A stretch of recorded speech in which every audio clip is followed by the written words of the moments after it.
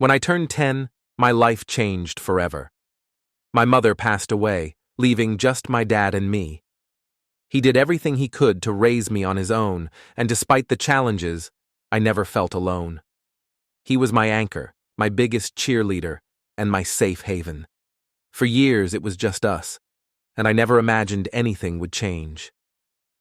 Then, when I was 16, my dad married again. Her name was Sophia. She had 2 kids from her past marriage, Ava, a year older than me, and Jake, a year younger. At first, I tried to stay positive. My dad seemed happy, and I wanted to believe this could work out. Sophia was overly polite, almost like she was forcing herself to make a good impression. But soon, the facade began to crack. At first, it was small things I could almost convince myself were unintentional. If we went out for dessert, they'd order first, and I'd be forgotten. If Sophia brought home food, there'd be meals for Ava and Jake, but mine would be missing. The real shift came when we moved into a new home together. It had 4 bedrooms, one for my dad and Sophia, one for Ava, one for Jake, and a tiny room at the end of the hall. That was mine. Ava's room had a balcony. Jake's had a built-in desk. Mine barely had space for a bed and a closet. I tried talking to my dad, but he dismissed it. "It's just an adjustment phase," he'd say. "Give it time." But time only made things worse. Sophia began organizing family outings, always on days I had commitments. They'd go to dinners or movies without me, and when I asked why, Sophia would act surprised. "Oh, we didn't think you'd want to come," she'd say with a fake smile. Ava and Jake started sharing inside jokes, laughing about things that happened when I wasn't around. I was never included. Then came the bigger issues. Ava and Jake got new clothes every season. I got old hand-me-downs or nothing. They received extra cash for good behavior. I got nothing because, according to Sophia, I didn't contribute enough. Sophia enforced strict rules on me: curfews, chores, no guests. Ava and Jake? They had no restrictions. If I pointed it out, Sophia would sigh and say, "Mia, stop exaggerating." My best friend Zoe was the first to call it out. "They're sidelining you," she said. "They want you to feel unwelcome." And she was right. It was too calculated to be accidental. One of the worst moments was on my dad's birthday. I spent hours baking his favorite cake from scratch. I decorated it perfectly, making sure it was just right. When it was time to bring it out, I stepped away to wash my hands, and by the time I returned, Sophia was presenting it to everyone, claiming she'd spent all day making it. I stared at her, shocked. She didn't even flinch.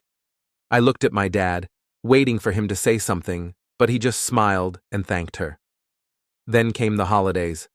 A small part of me hoped things might be different. But when we exchanged gifts, the disparity was obvious. Ava got luxury makeup, designer shoes, a new phone. Jake got gaming consoles, premium headphones, and new outfits. I got a plain sweater, a candle, and a book I'd never expressed interest in. My dad shifted uncomfortably, glancing at my gifts and then at theirs, as if finally noticing the imbalance. But he still stayed silent. The breaking point came weeks later. They planned a theme park trip. I overheard them discussing it and was genuinely excited. It had been so long since we'd done anything together.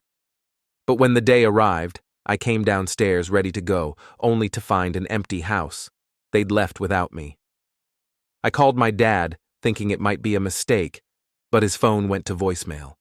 Hours later, they returned, laughing and carrying souvenirs, not even acknowledging my absence. That night, I made a decision in my tiny room. I wasn't waiting for things to improve. I researched scholarships, looked into faraway colleges, and planned my independence. If they didn't want me in their family, I wouldn't stay. But I wouldn't let them break me either. The exclusion grew worse. It wasn't occasional anymore. It was constant.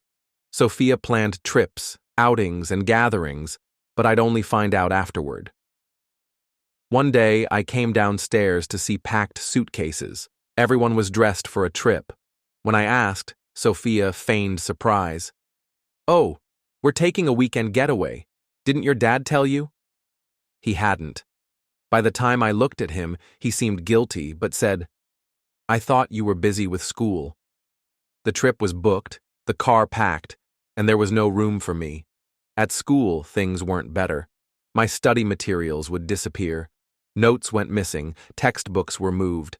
I'd leave my laptop in my room and return to find unfamiliar tabs open. Ava and Jake started using my desk, claiming they needed space. I began carrying my important papers with me to keep them safe. Whenever I tried talking to my dad, Sophia had already spun the story. She's just oversensitive, she'd tell him. Sibling rivalry is normal. Since he wasn't home to see it, he believed her. He told me to try harder, not realizing I was the only one making an effort. Then came the car incident. My dad had allowed me to use his car for emergencies, but one morning, the keys were gone. I searched everywhere. When I asked Sophia, she barely looked up. Maybe you lost them. My dad was at work, so I missed school that day. Later, I overheard Ava bragging about taking the car to a party. She didn't even hide it. When I confronted her, she rolled her eyes. Relax, I filled the tank. Sophia shrugged it off, saying Ava didn't know it was off limits. My dad only noticed weeks later when he saw the extra mileage. Then came the lies to relatives.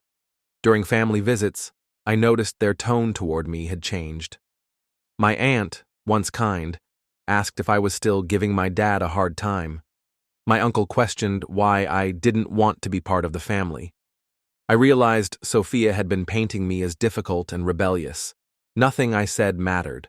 They'd already made up their minds. My birthday was my last hope. I'd planned a dinner with just my dad, but Sophia sent him on endless errands. By the time he returned, it was too late.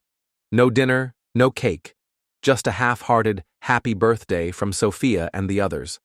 My dad saw my disappointment, and for the first time, something clicked. He was starting to notice. Zoe had an idea. Record everything, she said. Get proof. I started documenting every exclusion, every lie, every unfair rule.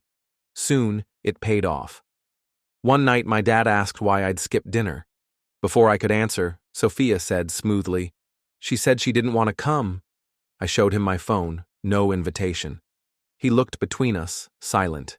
Sophia laughed it off, but I saw doubt in his eyes. From then on, he watched more closely. The dynamic shifted. Ava and Jake toned down their jokes.